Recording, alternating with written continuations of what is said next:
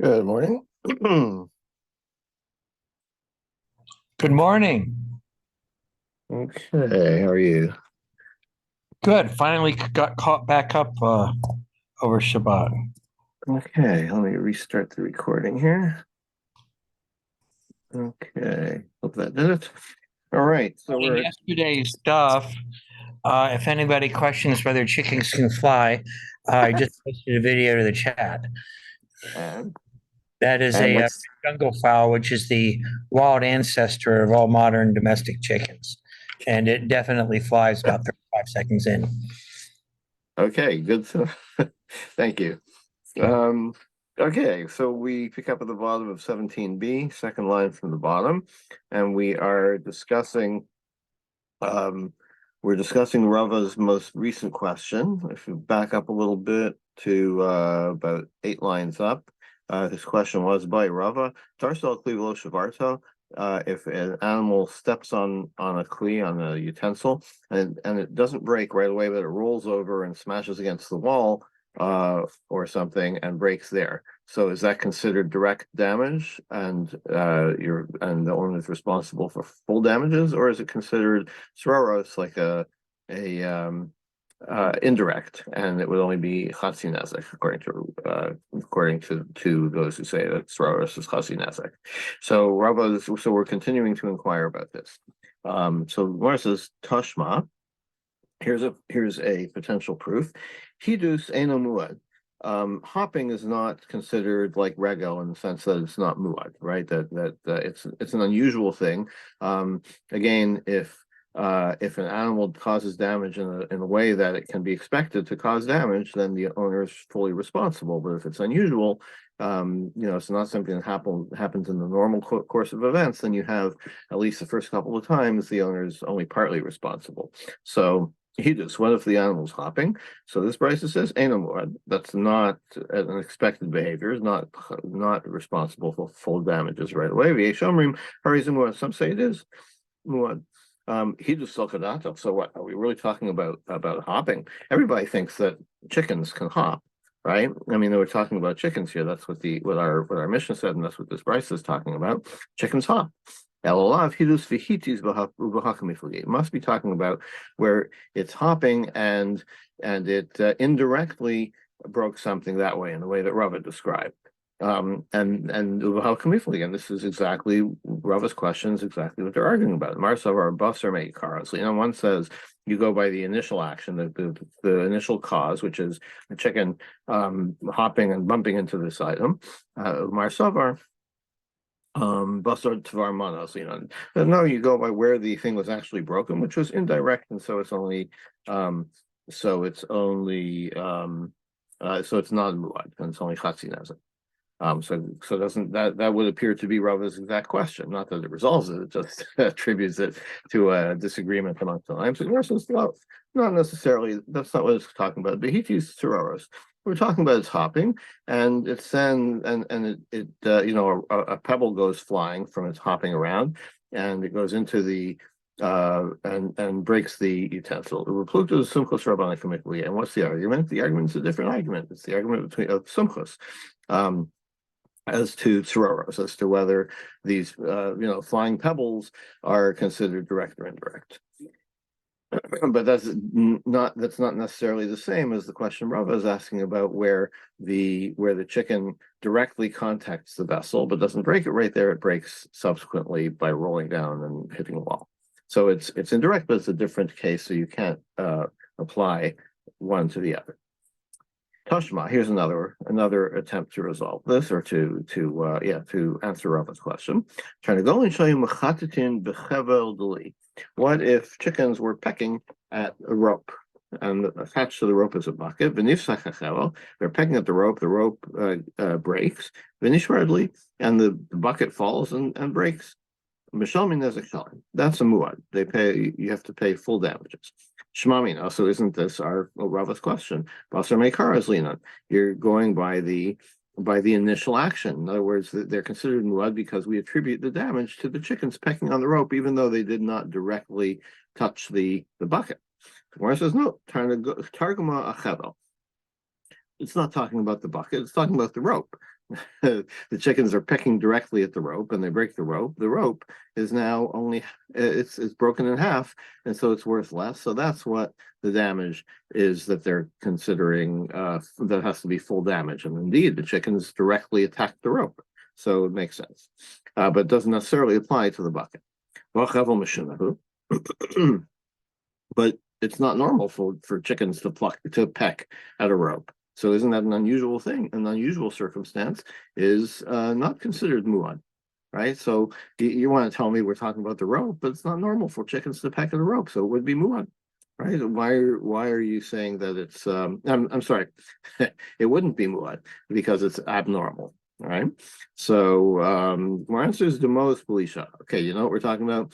We're talking about the damages due to the rope, and the rope, guess what, was full of dough, right? Or there was something edible on the rope, and that's why the chickens were eating it. And it's normal for chickens to peck at a rope if the rope is, has dough or some other edible substance, if it attached to it, or that it's been immersed in, and that is why it's not considered abnormal. It's considered normal. So this whole case that you bring of a chicken pecking at a rope, and you pay nezek shalim, is because we're talking about the damage to the rope. A pretty gross rope. It can't be worth that much, and the chickens are attacking it because it is. It's got edibles on it, and that's why it is considered muad, because that's normal behavior for chickens, and the owner should have taken care. What are you talking about? The source, what we're talking about says they're pecking at a rope, and the bucket attached to the rope falls, and the bucket breaks. They're not talking about the rope breaking, not talking about the damage to the rope. Like, what are you talking about? You're making up a situation that is directly not what the case is here. Okay, so we're gonna have to say that it's a case that we consider this throros, right? So it doesn't answer Rava's question, as we saw before, because Rava's question is a little different than throros, than indirect damage caused by pebbles that the chicken kicks up. And we're going to say that this source is, according to Sumkos, that throros requires nezek shalim. And so it's not really answering Rava's question. Yisumchos emasefa. Wait a minute. So you want to say it's Sumchos, but look at the end of the brisa. Nitas mimenu shever v'nafal al kliacher u'shabara. Now the bucket breaks because of the rope, and shards of the bucket break another item, right? So that's classic soros, right? So al harishon mishalim nezek shalim v'al achron mishalim chatzi nezek. You pay, the brisa says you pay full damages for the first one and half damages for the second one. Now, if it's sumchos v'sumchos mislei chatzi nezek, if you want to attribute this to sumchos and say that the reason that that the brisa says you pay nezek shalem is because it's according to Sumkos, but that's contradicted by the second half of the brisa, because there you have a case that's definitely tzroros, right? A piece of the bucket shoots out and breaks something else. That's classic tzroros, and this brisa says for that it's half nezek, so it can't be Sumkos, right? That's the whole idea of basing it on Sumkos, is that Sumkos says tzroros is nezek shalem. Okay, well, maybe you'll say this is another level of indirection, right? That the first bucket comes under the definition of throros because it's the indirect action of the chicken. But the second bucket is like one level further removed. Okay, so it's like an indirect the cause of the second bucket break-in is an indirect cause of the first bucket break-in, which was an indirect cause itself of the chicken. So maybe because it's further removed, maybe even Sumchos would say it's only chatzi nezek. Ravashi, but then what about Ravashi's question? Ravashi asks as follows: exactly Ravashi's question. What about a second level of indirection? According to Sumchos, is that considered kocho and full nezek is required or not. Tifshet le de lav kocho dame. So, so Rav Ashi should be able to resolve his question by looking at this very brisa, because this is the case of two levels of indirection. And if you want to say, and if you've indicated that you're attributing this to Silvus, then that answers Rav Ashi's question, right? El Rabbanan. So must be, we're not talking about Simchus. We're talking about the rabbis, and Shmamina Basar Mekaraz Linan, and we can apply it to Rava's question, which is you go by the first one,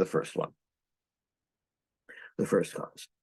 Amar Rav Bar Abaye de Ka'azu Mine Mine. But Rav Bibi says no. It's talking about where the Ka'azu Mine Mine, that the bucket is moving directly through the pressure of the chicken until it shatters. Okay, so he says maybe what we're talking about is where the chicken is pushing against the bucket the whole time until it breaks. So it wasn't. So it's not a level of indirection, right? It's like where the chicken is. So there's the first level of indirection that is not really indirect. Okay, what we assume to be indirect is not indirect. The chicken pushes it all the way to the wall where it breaks, and then a shard of that goes out and hits something else. So that's the first level of indirection. Okay, fine. These are all the various Rube Goldberg devices. Yeah. I'm not going to be. Yeah, I'm not going to be liable. Right. Yeah, and it's as often is the case, like these are kind of it's far-fetched to say that this is actually what the Brisa case was describing, but the point is you can't prove from the Brisa anything if there's a way to attribute or to interpret the Brisa's case as something that doesn't prove your point. Boy, Rava has something So else. another possibility. So there's a famous Rube Goldberg-like device that some Israelis developed a few years ago, put on YouTube to light Hanukkah candles. Would you I think I've seen that. Yeah. More importantly, would you be Mekayim the mitzvah? Yeah. More importantly, a lot of food processing companies use a remote control device to light cooking apparatuses. Right. So is that Bishalakum? Is that the is that going to get you around the problem of Bishalakum? Because there are going to be several steps. There are several steps in between from pushing the button. Or what about like cooking on Shabbos? Right. We recently got a new oven which has a Shabbos mode, and if you set it beforehand, then well, actually no, you can get an auxiliary thing, which actually is only for cooking on Yom Tov, which will like turn it on for an hour at mealtime or something, so that you can bake something or warm something up. I guess that's a Yom Tov question, not a Shabbos question. It's more of a Yom Tov question. But we have a store with they call it a Sabbath mode. It's really a Yom Tov mode. Yeah, exactly. Right. I mean, well, part of it is like we use it on Friday afternoons to set it so that it stays at a temperature for the next 4 hours, and opening and closing the door doesn't make anything happen. Anyway, great advance in our personal kitchen technology. Frankly, we don't do anything different than we used to, but we feel better about it. Well, no, we used to have it didn't have all these electronics on it, so there wasn't really an issue. I guess I suppose it's like opening the door might indirectly cause the gas to go on again. Whatever. Anyway, apparently we're good, according to the Star K or whoever certified this. Right, Star K. Yeah. Rava asked another question. So, all right, we've established that sroros, that indirect damage, you pay half nezek. Now, what about the rules of how you can give payment? Migufo, can you pay from the body of the animal, from the value that's that remains in the animal, or do you have to pay, as in other cases of muad meitav, right? You're from your top quality property. Migufa Mashalim Glo Ashkechan Chatzi Nezik Mashalim Eliyah. Is it that you pay from the body of the animal because there's no other case where half damages are paid from the best property? Or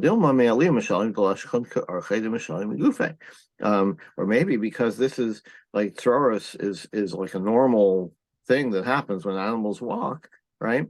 So maybe you should pay from the best property because every other case of things that happen in the normal course of events, you pay from the best and not from the body of the animal. So Tashma, let's see if we can figure this out. Hidus eno muad.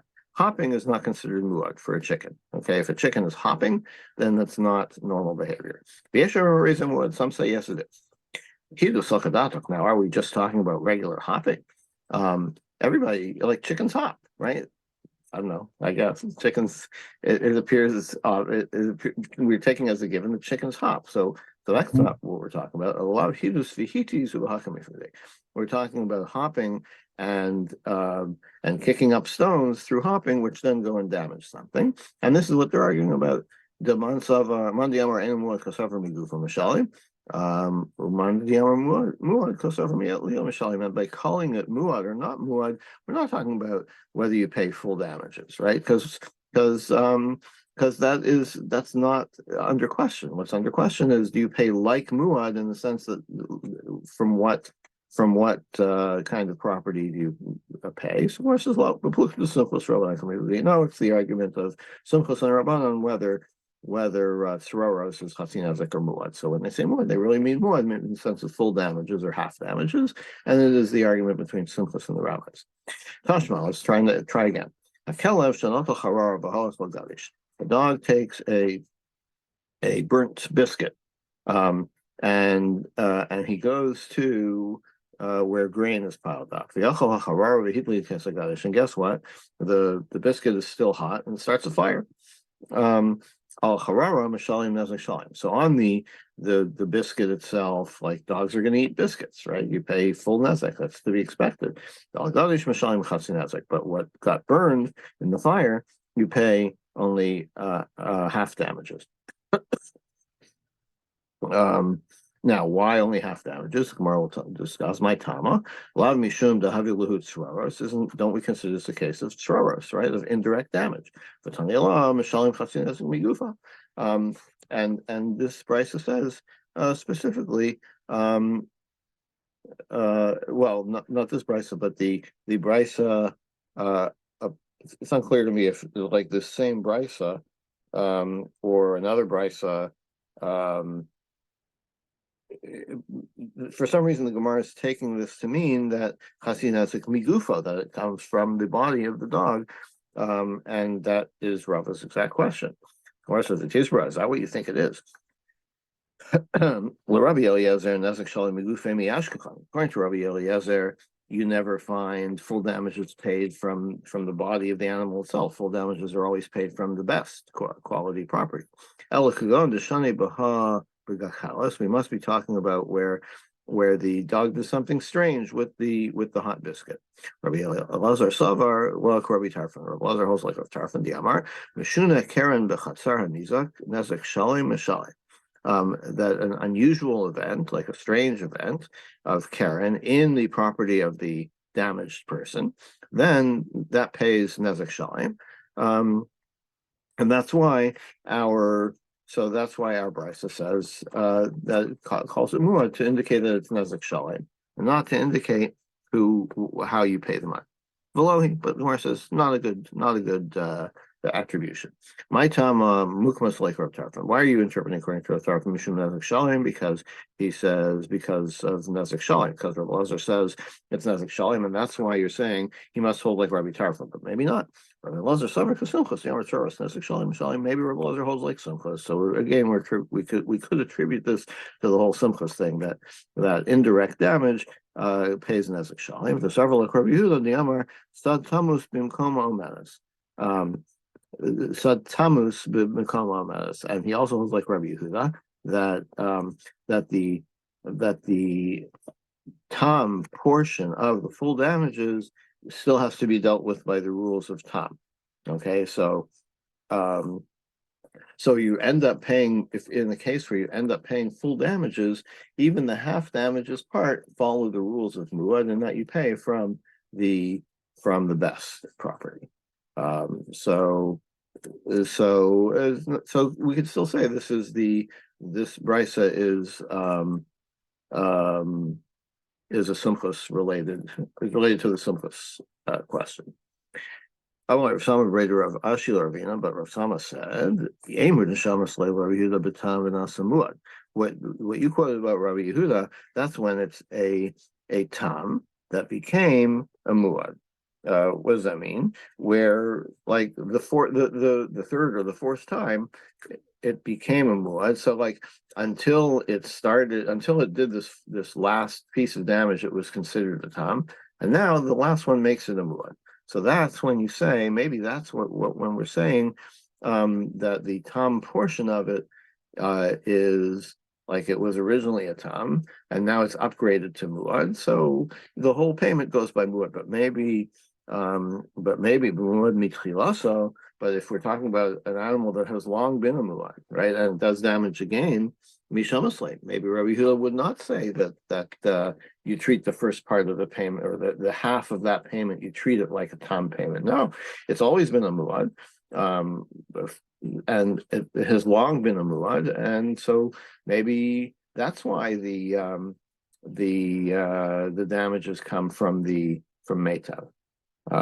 So Ella, where has to say, Kikama Rabbi Lazar Nezik Shalim could go into Iyad. When does Rabbi Lazar say that in the case of the dog and the biscuit and the fire, why does Rabbi Lazar say you have to pay full damages?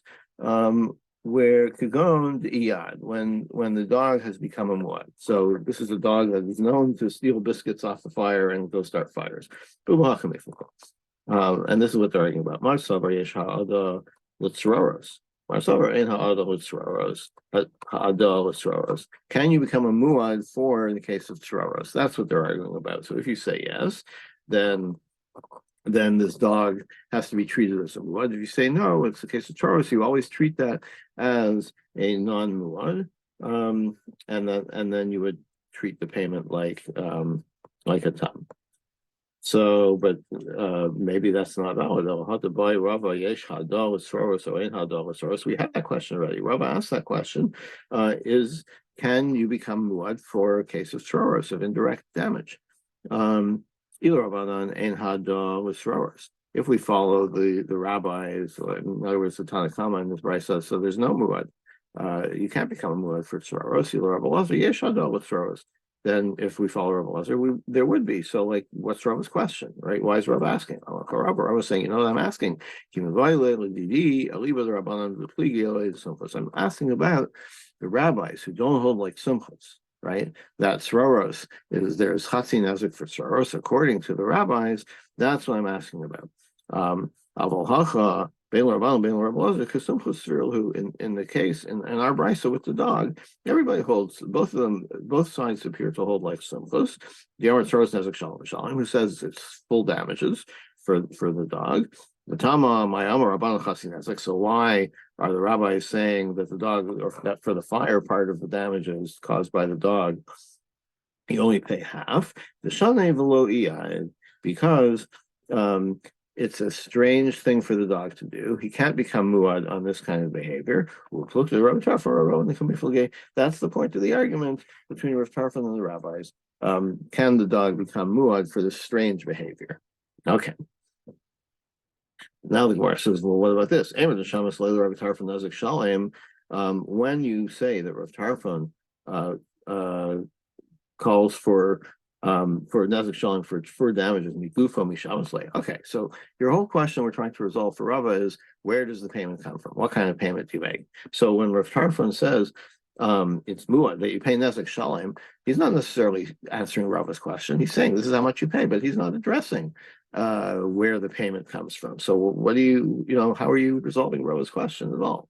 Once the scene, actually you can. Because where do you get the idea that that if you have a tam that causes damage in the property, within the property the domain of the damaged party. Where do you get that idea that you pay for Karen, you pay full damages? One second.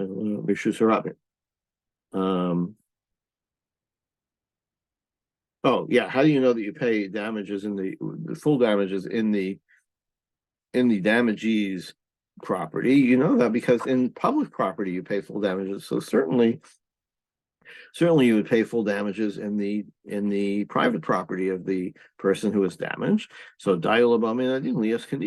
so then you would have to say you can't overstate what the Kal V'chomer teaches you, what the logical inference teaches you. So if you're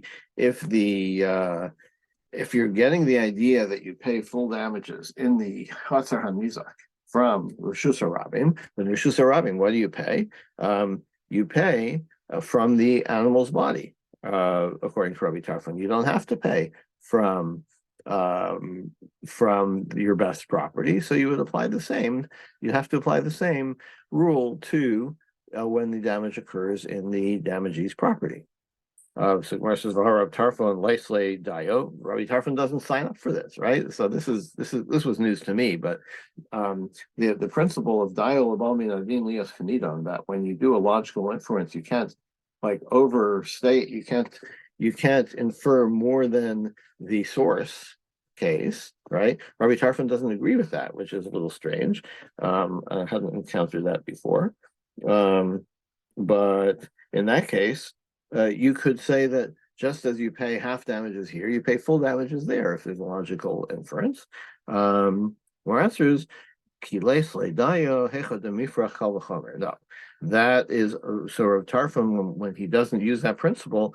That's only when the Kal V'chomer is weak, or not where it's weak, but where it would be like turned on its head by applying that. So, for example, so in our case, if you apply this dial of Amina Din Lios Kanidon and say that Karen that the damage of a tam in the damaged party's property is only half, then the Kal V'chomer doesn't teach you anything, right? Because without the Kal V'chomer, you knew that tam pays at least half the damages, and so you would have to say that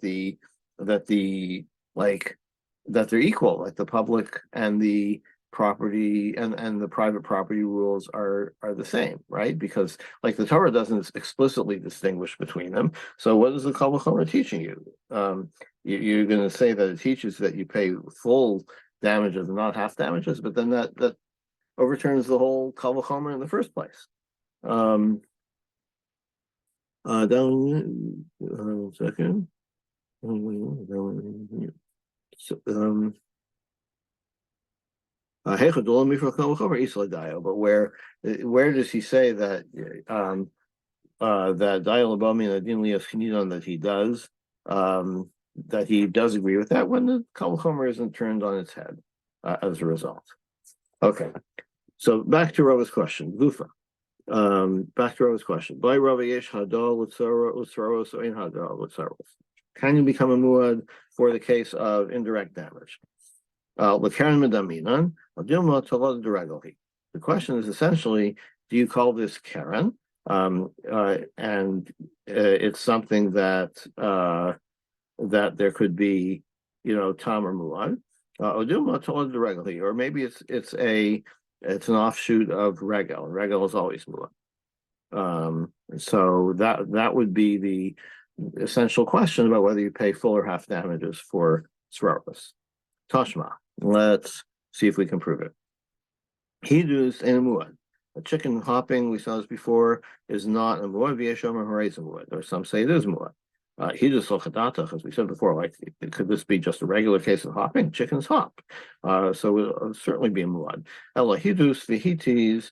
We're talking about where it's hopping and it kicks up pebbles, and the pebbles break something. My love, so aren't we? The Gemara is proposing that we're talking about a muad chicken, that this has happened before. The chicken is a muad for this kind of case. Mar Savar Yesh Hado, Mar Savar Ein Hado. And so one says that there's no concept of muad for tsuroros, and the other one says there is. So that's the argument to whether it's full damages or half damages. Where it says, well, the chazim no simchos rabbanim. We'll go back to our old standby.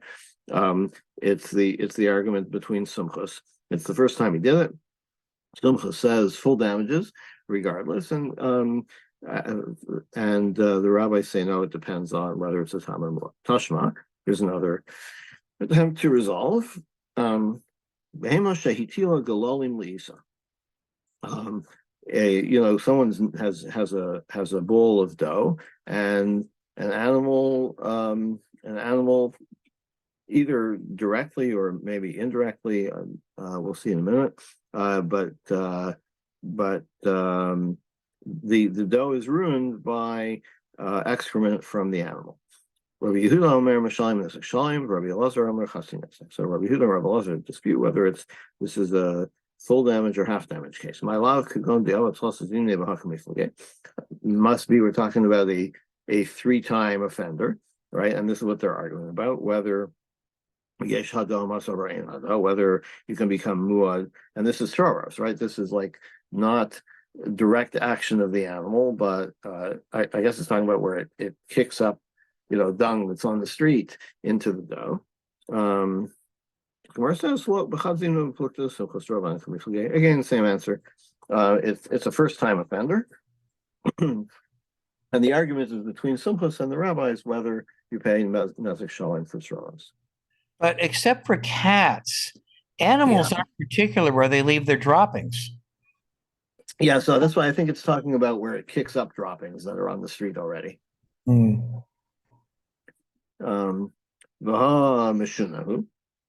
isn't this an unusual case? The Gemara says so. It would always be chatzin nesek. Dachikli alma.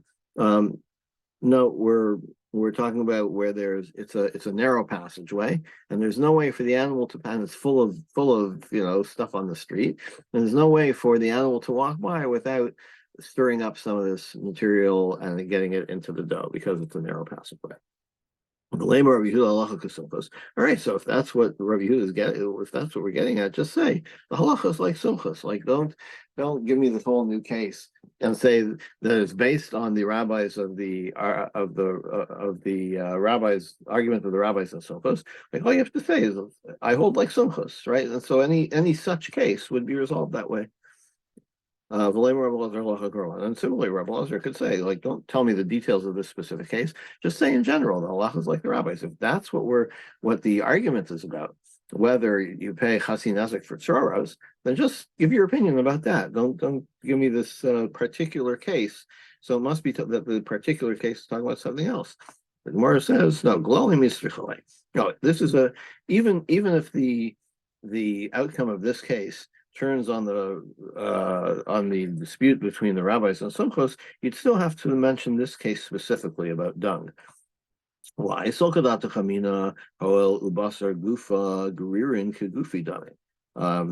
You might think that since the dung is okay, so you know what? So I take back what I said before. We're talking about the animal itself defecating into the dough. Okay, so you would think that since like the dung is part of the animal's body, right? It's just like you can kick something with your leg, you can damage something with your dung. With your excrement, it's considered part of your body, so it's not really indirect, right? So the commercial ones are coming to tell you no, it's still considered indirect because once it leaves the body, it's no longer part of the body. So even if the case hinges on the dispute between the rabbis and simchos about tsuroros,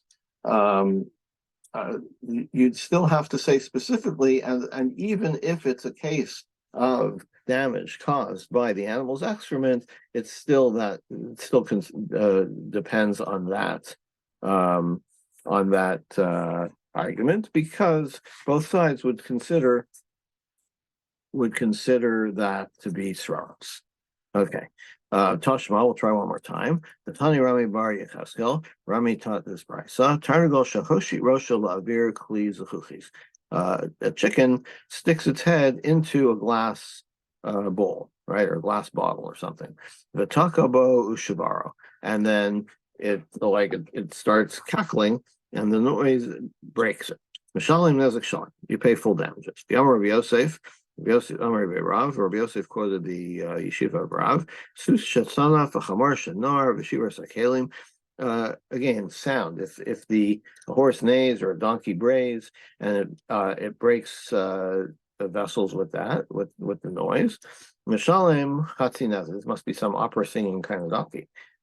You pay half nezek. My love could go into other tlosazimne. So again, maybe this must be where this is like it's done it a few times, and that's why you pay nezek shalim. And this is what they're arguing about. That's why there's an argument. Marsavar yesh hadav, marsavar ein hadav. Maybe that's the question here: whether you can become a muad for such a thing, for an unusual case, which is like so maybe it's depending on the same thing. Can you become a muad for sararos? So Gemara says, "Lo, no, we're talking about a total tam. This is an unprecedented event for this animal. We're talking about the rabbis and Simchos again. So, but wait a minute. The case says specifically it's an abnormal thing. Like, since when do roosters stick their heads into vessels and break it by crowing? So my answer is the East Bay Bizrani. Maybe it's a case where there were seeds inside the glass, right inside the bottle. That's why the animal stuck its head into the glass. So it's not so unusual because everybody knows if there are glass vessels with seeds in them, the roosters are going to stick their heads in there, and that's why it is not a Meshuna case, and it can be a Simchos and Rabbanan issue. Okay, we'll leave it off here for today, and tomorrow we will go further into the questions of sraros, of indirect damage. Yashar Kar.